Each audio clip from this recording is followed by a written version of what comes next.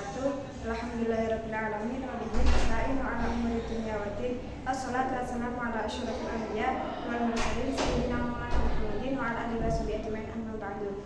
Yang saya hormati Abah Kiai Haji Muhammad Idris Jamaluddin beserta Ibu Nyai Haja Muhammad Falasifah. Yang saya hormati Bapak Dr. Hanifuddin Mahdum beserta Ibu Dr. Fiaratul Idawati selaku pencetus Gerakan Pasti Aksi Literasi, dan yang saya hormati Ustadz Ahmad Nizami selaku mudir diniyah Pondok Pesantren Al-Ummi bin Fitri, dan yang saya sayangi kedua orang tua saya yang berada di rumah serta teman-teman seperjuangan saya.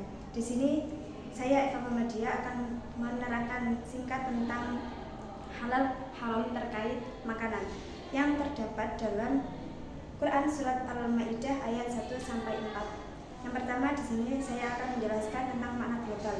Nah, yang pertama pada ayat pertama surat Al-Maidah ayat 1 sampai 4. Nah, ini berbunyi ya ayyuhalladzina amanu aufu bil uqud. Yang di situ Allah menjelaskan atau Allah memerintahkan kepada manusia untuk melakukan perjanjian baik antara sama manusia atau kepada Allah. Kemudian Allah juga menjelaskan tentang kehalalan daging sapi, unta maupun kambing. Juga mengharamkan bangkai, darah, juga daging babi. Kemudian pada ayat kedua, ya ayyuhalladzina amanu la tuhillu ila akhirih. Di situ Allah menjelaskan bahwa syiarnya itu tidak boleh diterjang. Seperti apa? Seperti berburu ketika waktu ihram itu tidak diperbolehkan atau itu diharamkan. Tapi sebaliknya berburu itu dihalalkan ketika sudah melakukan tahallul dari ihramnya. Lanjut pada ayat ketiga, qalimat alaikumul maitatu waddamu ila akhirih. Di situ Allah menjelaskan merincikan makanan atau hewan yang diharamkan itu apa saja. Nah, di sini itu terdapat bangkai, darah, daging babi, daging yang disembelih selain nama Allah, daging yang dipukul atau daging hewan yang dipukul, hewan yang tertanduk, yang ditarik, hewan yang jatuh, dan lain sebagainya. Kemudian pada ayat terakhir yas'alunaka madza uhilla lahum, itu Allah menjelaskan atau Allah menegaskan bahwa Allah itu memperbolehkan atau menghalalkan sesuatu yang baik dan Allah mengharamkan sesuatu yang buruk. Kecuali, nah itu ada kecualinya. Kecuali apa? Kecuali jika dalam keadaan terpaksa. Seperti ketika kita di hutan, kita tidak mempunyai makanan apa-apa di situ. Dan keadaan kita itu masih benar-benar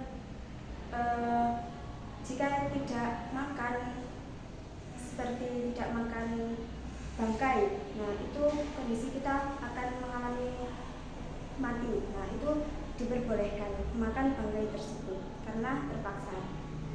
Lanjut pada sebab turunnya ayat. Ibnu Abbas meriwayatkan bahwa dulu orang musyrik itu melakukan ibadah haji ke Baitullah dengan membawa hadyu atau hewan-hewan kurban, juga serta mengagungkan tempat-tempat ritual haji dan berkorban. Kemudian orang Islam itu mengungkapkan kedengkian pada mereka. Lalu Allah menurunkan surat Al-Maidah ayat 2. Lanjut pada kandungan hukum. Kandungan hukum yang pertama itu apa yang dimaksud akad-akatan dalam ayat ini. Nah, menurut sebagian ulama, akad-akatan di sini merupakan perjanjian tentang hutang piutang atau tentang muamalah. Kemudian menurut ulama yang lain, akad-akatan di sini merupakan perjanjian tentang syariah, seperti contohnya ibadah haji. Tapi menurut Imam Al-Qurtubi mengatakan akad-akatan di sini itu menunjukkan semua perjanjian baik berupa muamalah maupun syariah, baik berupa yang halal maupun yang haram. Kemudian kandungan hukum yang kedua, apa saja binatang ternak yang diharamkan seperti yang disyariatkan dalam ayat ini.